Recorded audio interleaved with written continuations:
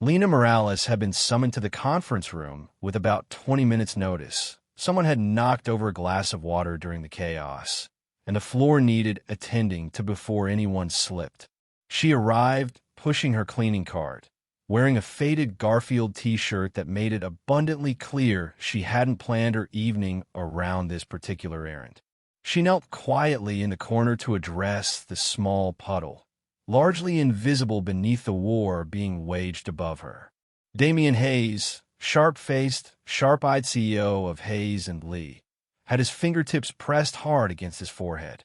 Around the polished conference table, 11 lawyers were speaking simultaneously, each one trying to talk over the others, citing contradictory precedents, reversing arguments they'd offered 30 seconds earlier. The tension in the room had a physical quality, like barometric pressure before a storm. Everything hinged on Clause 38B in the contract with the Renshaw Group. If no viable legal loophole could be identified, the firm wouldn't merely lose millions. It would lose the market's trust, which Damian considered the more precious casualty by far. "This is a legal bomb," one lawyer declared. "The clause is locked. There's no way around it." Damian exhaled slowly. "And to think you studied at Harvard, Yale, and Columbia just to come here with nothing." Lena moved through the back of the room with practiced efficiency, the mop moving in smooth arcs. She kept her eyes down. She always kept her eyes down. But when they drifted briefly to the whiteboard, the clause written out in full, annotated in every margin, something in her expression shifted almost imperceptibly. "That doesn't look like a locked clause," she said, casually, as though commenting on the weather. "Looks more like a structure issue." It was written backwards from the logic in Article 127 of the Federal Contract Code. The room went silent the way rooms do when something unexpected and possibly important has just been said. 11 heads turned. Damian's among them. His gray eyes settled on the young woman in faded jeans, now adjusting the handle on her bucket. "How do you know that?" he asked. His tone was precise, not contemptuous. Dry, but genuinely curious. Lena turned to face him without dropping her gaze. "Because I read it. It's in one of the books I have at home." "What kind of book?" "Civil and contract law. I have a whole set. A professor who used to live in my neighborhood gave them to me. I read one chapter a night after my son goes to bed." One of the lawyers produced a dismissive cough. Another, visibly aggravated, crossed his arms. "With all due respect, this is a professional setting." Lena smiled. "And what I said, was it wrong? Because if it's just about the uniform, I can wear a suit tomorrow. I accidentally bought one thinking it was a sweatshirt." Damian studied her the way a person studies something they can't immediately classify. "Did you study law?" 3 years. I was 1 year away from graduating, but life got in the way. Working became more urgent than studying, but I never stopped reading. Just didn't get the degree." He stood up slowly, moved around the table as though the 11 lawyers had become furniture, and stopped a few feet in front of her. "Repeat what you said, in detail." Lena set the mop against the wall and crossed her arms.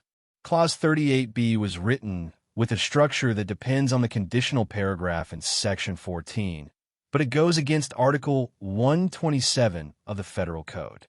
That opens a door for it to be voided due to interpretive ambiguity, especially if you argue it based on the precedent Garvin versus Dakota Energy, 2019. Another silence descended. This one had a different texture. No one coughed. Damian kept his eyes on her. Something in his face, something that rarely moved, had come loose. Not disbelief exactly, but the expression of a man whose neat internal spreadsheet had just encountered data it couldn't reconcile. "You read the Garvin versus Dakota case?" "Twice." The defense's argument was brilliant, but I would have ended it with a different quote. "I thought the final one was weak. This can't be right." One of the lawyers tried. "The analysis was done by experts. Maybe she's just confusing some terms." Lena shrugged with the serenity of someone who has long since stopped needing the approval of skeptics. "Then read it again carefully at home. It's on page 197 of Volume 2 from Professor Marquesi's series." It's a good read after dinner. Damien crossed his arms. For the first time that morning, he didn't look bored. He looked genuinely, uncomplicatedly interested. What's your name? Lena Morales. Miss Lena Morales, let's talk in my office. She blinked, but the floor's still wet. Let the lawyer step around it, he said, turning briefly toward them. Or is that too much to ask? The meeting dissolved in silence. Lena, uncertain whether she was being rewarded or disciplined, guided her cleaning cart toward the hallway with a crooked smile she mostly kept to herself. Damien's office carried the atmosphere of a room that had been trained to behave. Nothing unnecessary, nothing ambient. Even the view of Chicago through the floor-to-ceiling glass seemed purposeful rather than decorative. Lena left her cart outside, not because anyone instructed her to, but because she understood intuitively that it wasn't what the moment called for. Damien stood at his desk, holding a tablet, a dense block of legalese visible on the screen. He didn't speak immediately. He gestured for her to sit. Lena regarded the elegant chair with a mild expression of someone encountering a museum exhibit before settling into it, and smoothing her Garfield t-shirt, which looked, in these surroundings, like a gentle act of subversion. This clause here, Damien said at last, was used as a model in a merger contract between two energy companies in Florida. One of our lawyers thinks it might be useful. What do you think? Lena read through the first several paragraphs with a focused, unhurried attention of someone genuinely interested in what they're reading. When she finished, she leaned back. It works if the goal is to confuse whoever reads it. This clause is very nice, full of technical language, but it hides the main point behind 5 subjunctives and 2 ambiguities. It's a trap, and not even a good one. Damien raised an eyebrow. Explain. The phrase transfer of contractual responsibility comes before the conditional clause, which directly conflicts with Article 211 of the Civil Code. If a careful judge reads it, they'll see it as intentional omission. You memorize articles? No, I understand the reasoning behind them. The number is just the address. The content is what matters. Damien looked at her the way a chess player looks at a piece they hadn't previously assigned value to, and suddenly realizes is the most dangerous thing on the board. And this one, he slid the tablet forward, opening a new document. Lena read for a few seconds and shook her head. That's been thrown out of court at least 3 times. There's a recent case, Rowan versus Palms Trading, 2021. The side that included this clause lost because it violated the principle of good faith in contracts. The judge was clear. You can't protect assets by hiding risks in legal fine print. Damien leaned back against the desk, arms folded. And what if I told you 3 of my experienced lawyers approve this wording? I'd say they should read more books and fewer canned contracts. The office was quiet except for the muffled sounds of the city 40 floors below. Damien, for the first time in a very long while, seemed to have misplaced his customary expression of mild impatience. What replaced it was something closer to admiration, though he would have been reluctant to name it yet. How do you remember so many cases? He asked, more curious than critical. I read everything out loud. My 6-year-old can already say jurisprudence, even though he thinks it's a cartoon character's name.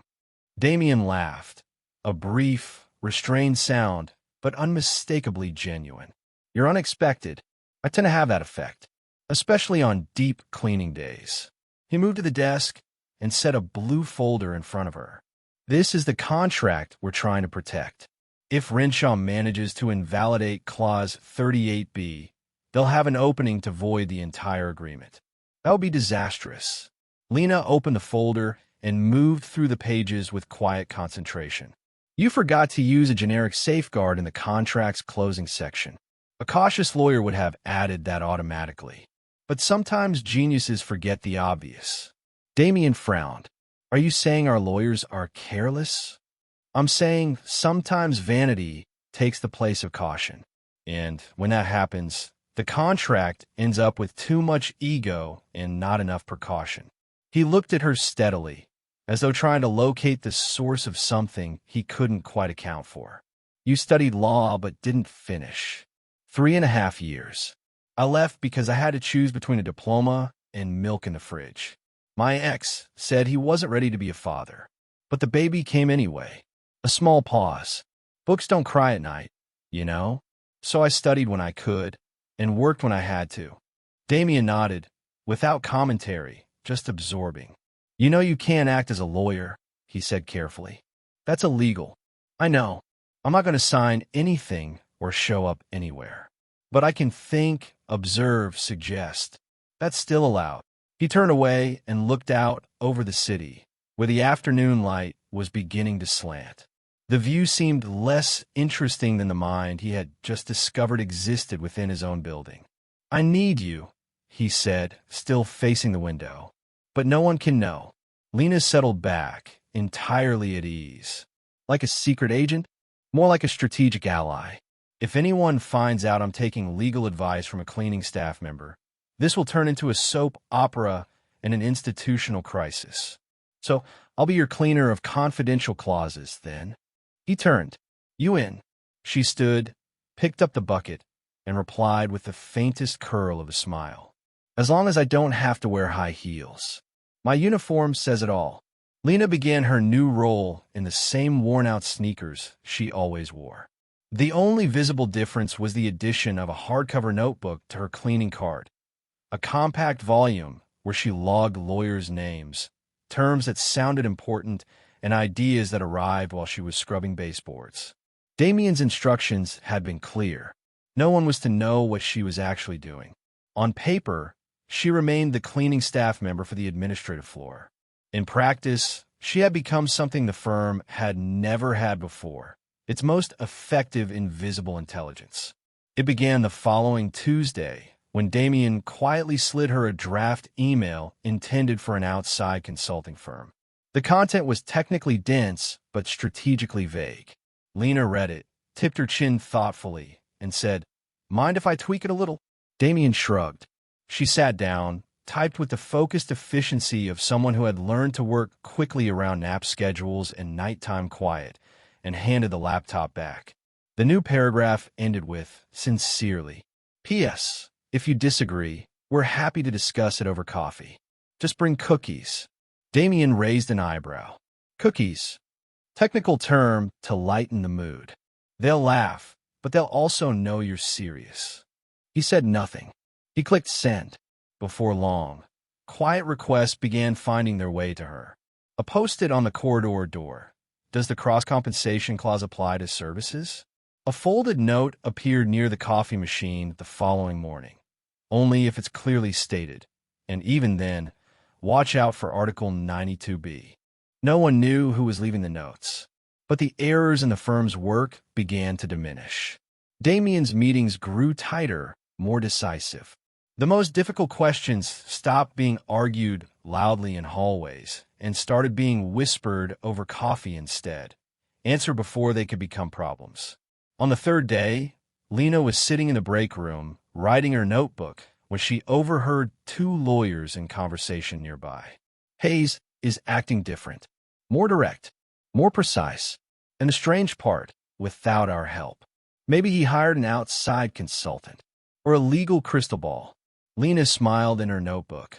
So far, no one suspected her, but that, she understood, wouldn't last. The disruption arrived on a Friday morning, wearing the form of Alexander Rios. Young, self-assured, and possessed of an ego so substantial it might have required its own office space. He walked in the back office and found Lena at Damien's computer, composing a response to a merger consultation. "What are you doing there?" She looked at him with the unruffled composure of someone who has long since exhausted her supply of patience for unnecessary confrontation. Replying to a legal email about a merger and a reversibility clause. "Want to take a look?" He stormed toward her, visibly outraged. "This is a clear violation of procedure. You're not even supposed to use this system. You're just a cleaning lady." Lena took a measured breath. There was no anger in her posture, only the still, grounded steadiness of someone who has chosen not to be diminished. Anyone can read the law, but to understand its soul is a privilege for those who study beyond the page, she said, meeting his eyes without flinching. Alexander frowned. That's not in the code. No, it's from the preface of Professor Marquesi's book. The same professor who teaches your graduate classes. I took it from his book. The silence that followed carried more weight than any accusation. From that day forward, Lena was informally referred to, by those who'd heard the story, as the voice in the footnotes. No one could quite identify her. The rumors spread anyway, fed by the fact that Damien kept consulting with someone no one could name, which added to the intrigue considerably. One afternoon, a letter arrived on Damien's desk, a litigation threat, aggressively worded and deliberately intimidating. He carried it to Lena without calling anyone else. She read it, thought for 2 minutes, then wrote a short reply. We appreciate your concern regarding the potential legal outcomes of this contract. However, we believe there is no reason for legal theatrics or imaginary contractual ghosts. Our team, visible or not, is ready for any move. With respect and without fear. Damien read it and, for the first time in anyone's recent memory, smiled in a meeting. That same week, Lena was passing the conference room when she overheard 2 interns debating whether to activate a joint liability clause in a partnership agreement. It depends on how the bond was formed, she said, still walking. The 2 men looked at each other. What do you mean? She turned back, unhurried. If the joint responsibility was set by agreement, then yes. But if it's assumed just by interpretation, you risk canceling the original intent. It's in Article 265. Good luck, gentlemen. And she continued down the hallway, as though she'd merely made an observation about the coffee. From his office, Damien watched this exchange and did something he hadn't done in years. He opened a notebook he kept in his desk drawer, one he never used, and wrote her name in it, as if he needed a physical record to remind himself that intelligence sometimes arrived in a faded t-shirt carrying a mop.